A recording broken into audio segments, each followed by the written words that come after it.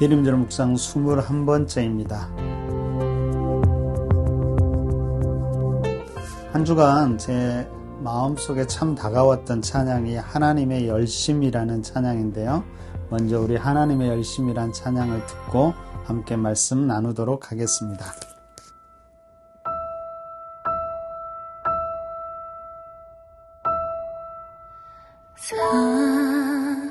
사랑하는 내 딸아,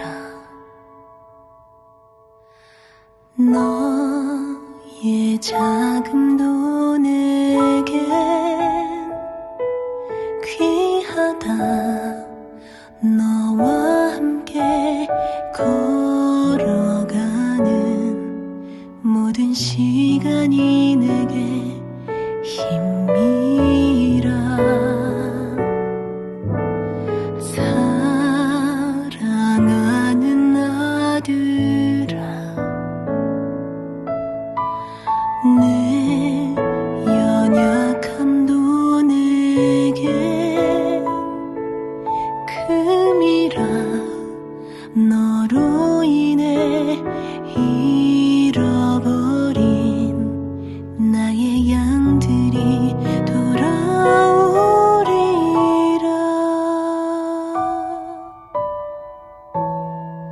조금 느린 듯해도 기다려주겠니? 조금 더딘 듯해도 믿어줄 수 있니?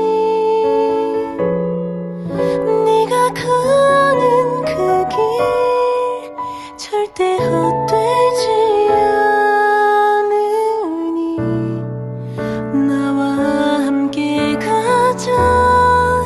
앞이 보이지 않아도 나아가 주겠니?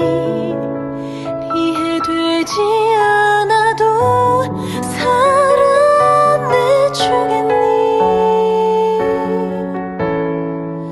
너의 눈물의 기도 잊지 않고 있으니 나의 열심으로 이루리라.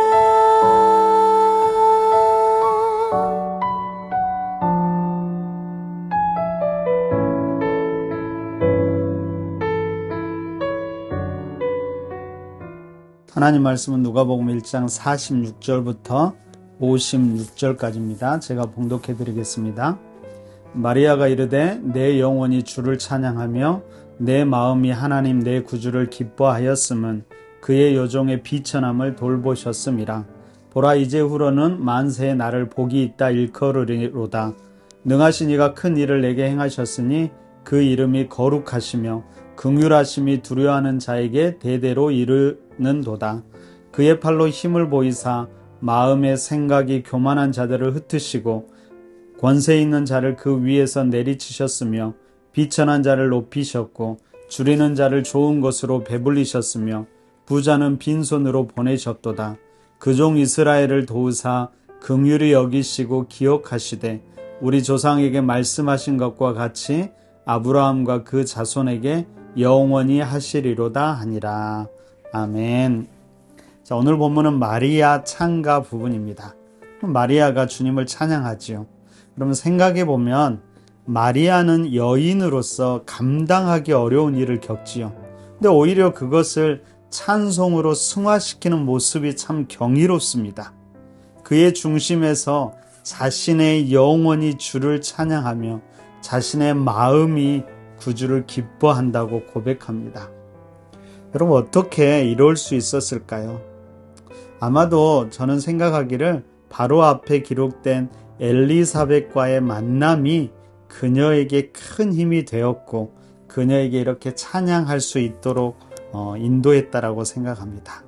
여러분, 엘리사벳의 위로는 단순히 사람의 위로가 아니었지요. 물론 거기에는 사람의 위로가 포함되지만 거기에는 바로 성령님의 임재와 역사가 있었습니다. 마리아가 엘리사벳을 방문해서 문안할 때 엘리사벳의 복중에 있던 아이가 뛰어놀게 됩니다. 그리고 그때 엘리사벳이 성령 충만함을 받아 이렇게 외칩니다. 42절부터 45절인데요. 제가 읽어드리겠습니다. 여자 중에 내가 복이 있으며 내 태중의 아이도 복이 있도다. 내 주의 어머니가 내게 나아오니 이 어찌 된 일인가. 보라, 내 문안하는 소리가 내 귀에 들릴 때에 아이가 내 복중에서 기쁨으로 뛰놀았도다. 주께서 하신 말씀이 반드시 이루어지리라고 믿은 그 여자에게 복이 있도다. 바로 마리아는 이 고백을 듣고 힘을 얻고 주님을 찬양하는 찬가를 부르게 됩니다. 저는 여러분 이것이 참된 공동체의 교제라고 생각합니다. 여러분 이 교제는 단순한 만남, 세상적인 이야기만 나누어지는 그런 만남이 아니라 성령의 임재 가운데서 서로를 축복하고 격려하고 서로에게 하나님의 뜻을 전해주는 그런 만남이고 모임입니다. 그리고 함께 즐거워하고 함께 슬퍼할 수 있는 그런 만남이지요. 제가 제일 좋아하는 단어 중에 하나가 함즐함을이라는 단어인데요. 함께 즐거워하고 함께 운다는 뜻입니다. 바로 함즐함을 하는 성령 공동체, 바로 우리 공동체가 그런 공동체가 되기를 바랍니다. 여러분 우리에게는 하나님의 교제뿐만 아니라 바로 영적인 사람들과의 교제도 반드시 필요합니다. 그럴 때 아무리 절망적인 상황에서도 그리고 관계를 맺을 수 없을 것 같은 상황에서도 이 교제가 계속될 때 우리는 바로 힘을 얻게 되고 생명을 얻게 되는 것이죠. 우리 푸른나무 교회 성도들이 바로 이런 교제를 힘쓰고 그런 공동체를 만들어 가기를 함께 노력하기를 바랍니다. 여러분 그렇게 공동체 믿음의 사람과의 교제에서 힘을 얻은 마리아는 이젠 노래를 부르는데 그녀가 부르는 노래는 다른 것이 아니라 바로 주님이 어떠한 분이셨는지 그분이 우리를 어떻게 돌보시는지에 대한 노래였습니다. 여러분 이 마리아의 찬가를 마그니피카트라고 하는데요. 이 말을 원문을 보면 46절을 찬양하다라는 말로 시작합니다. 바로 이렇게 시작한 이 찬양하다라는 단어를 마그니피카트라고 합니다. 근데 이것은 여러분 단순히 찬송하는 것이 아니라 큰 소리로 높여 외치면서 찬양하는 것으로 어쩌면은 선포한다라는 의미에 가깝습니다. 마리아가 이렇게 찬송 선포합니다. 46절부터 48절입니다. 마리아가 이르되 내 영혼이 주를 찬양하며 내 마음이 하나님 내 구주를 기뻐하였음은 그의 여종의 비천함을 돌보셨습니다. 보라 이제후로는 만세의 나를 복이 있다 일컬으리로다.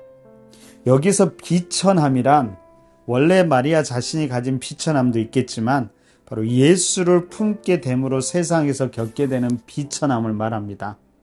여러분 예수를 품게 됨으로 가장 소중한 예수를 품게 됨으로 오히려 세상으로부터 멸시와 천대, 의심의 눈초리를 받는 비천함이지요.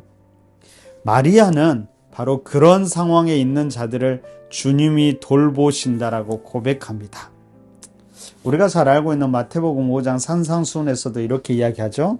나로 말미암아 너희를 욕하고 박해하고 거짓으로 너희를 거슬러 모든 악한 말을 할 때는 너희에게 복이 있나니 기뻐하고 즐거워하라. 하늘에서 너희의 상이 큼이라.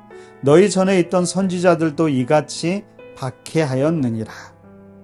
여러분 한번 생각해 보십시오. 여러분은 어떨까요? 예수님 때문에 비천해진 경험이 있습니까? 예수님 때문에 박해받고 악한 말을 들은 경험이 있습니까? 현대인들은 여러분 이것을 좋아하지 않습니다. 초대교회 성도들은 이것을 당연히 여겼는데요. 현대인들은 그렇게 되기를 원치 않지요. 오히려 교양 있고 멋지게 예수님을 믿으려고 합니다.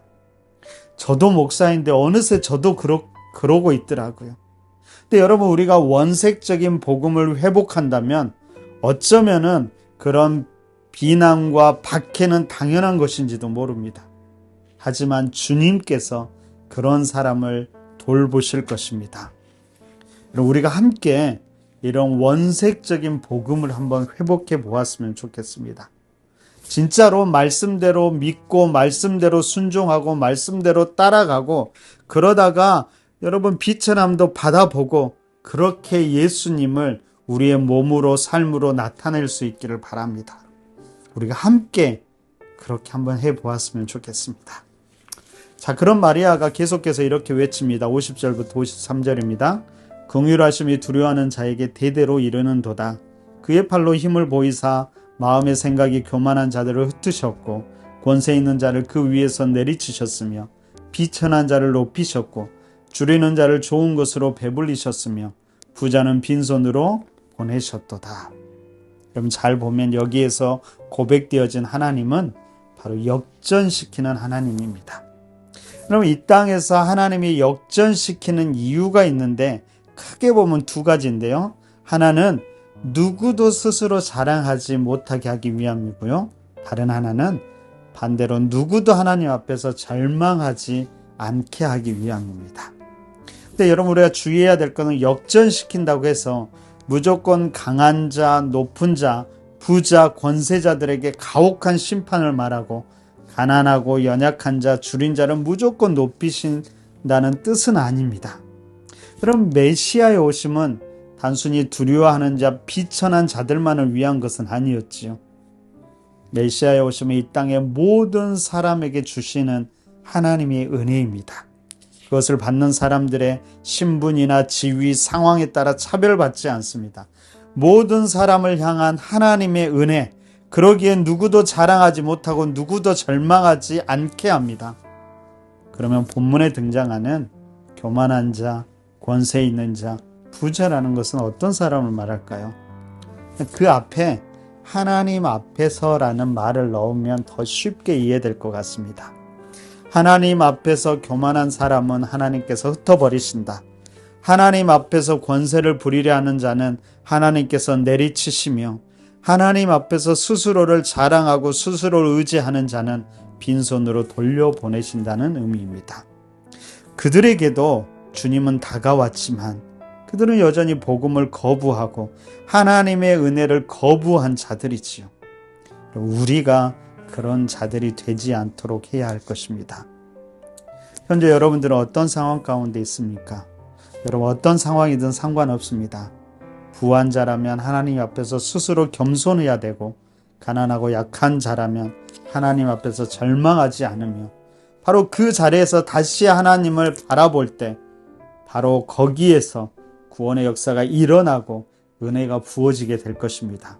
바로 이것이 역전시키는 하나님의 본 모습입니다. 그 하나님을 오늘 여러분의 삶 가운데 경험할 수 있기를 바랍니다. 자, 마지막으로 마리아는 이렇게 고백합니다. 54절 55절입니다. 그 종 이스라엘을 도우사 긍휼히 여기시고 기억하시되 우리 조상에게 말씀하신 것과 같이 아브라함과 그 자손에게 영원히 하시리로다 하니라.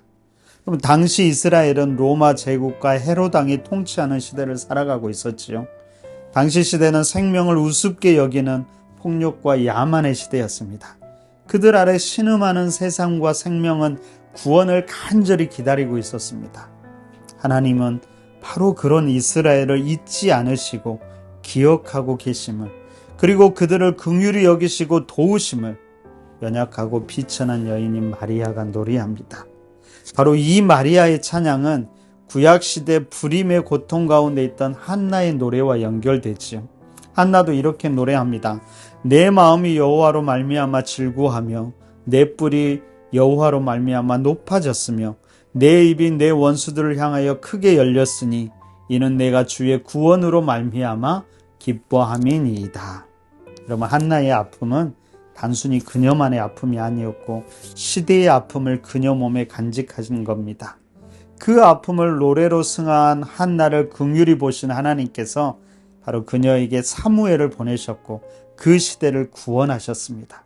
마찬가지로 한 비천한 여성이었던 마리아가 믿음의 조상들에게 말씀하신 하나님의 언약, 메시아에 관한 선지자들의 예언이 자기 몸에 잉태된 하나님의 아들을 통해 성취되리라 확신하며 기쁨으로 찬양합니다. 바로 예수 그리스도가 이 땅의 소망이고 하나님의 해답이라는 찬양이지요. 그 예수를 품고 노래한 마리아의 찬양은 바로 예수 그리스도를 통해 실현된 것을 믿는 모든 성도들의 신앙 고백이고요. 그 예수를 통해 이 땅과 이 땅의 모든 생명들이 회복될 것을 소망하는 소망의 노래이기도 합니다. 또한 하나님이 베푸시는 구원의 은혜에 대한 무한한 감격이기도 하지요. 우리가 여기에서 생각할 것은 우리는 그 감격 속에서 대림절을 보내고 성탄을 준비하고 있는지를 살펴보아야 합니다. 혹시 우리 마음이 그런 기다림과 소망보다는 분주함과 두려움으로 더 가득 차 있지는 않은지 오늘 말씀을 통해 우리가 다시 한번 돌아보기를 원합니다. 그리고 다시 그분을 향한 우리의 기대와 소망이 회복되기를 소망합니다. 다시 그분의 역사가 우리에게 임하길 소망합니다. 그래서 오늘 49절의 고백, 오늘 저에게 가장 마음이 다가온 구절인데요. 능하신 이가 큰 일을 내게 행하셨으니 그 이름이 거룩하시다. 바로 이 고백이 우리 마음에서부터 흘러나오는 우리의 고백이 되기를 바랍니다. 그리고 그분을 우리 마음과 삶으로 받아들임으로 우리가 새롭게 되고 우리가 속한 이 땅이 새롭게 되는 역사를 진짜로 우리가 경험해 보았으면 좋겠습니다. 여러분, 주님을 맞을 준비를 하십시오. 그리고 주님이 세상의 소망이요 하나님의 답임을 세상에 선포하십시오. 그렇게 기도하시면서 오늘 살아가시고 이번 주일을 기도로 준비하시기를 바랍니다. 우리 이런 기도 제목 가지고 우리 함께 기도하도록 하겠습니다. 함께 기도하겠습니다.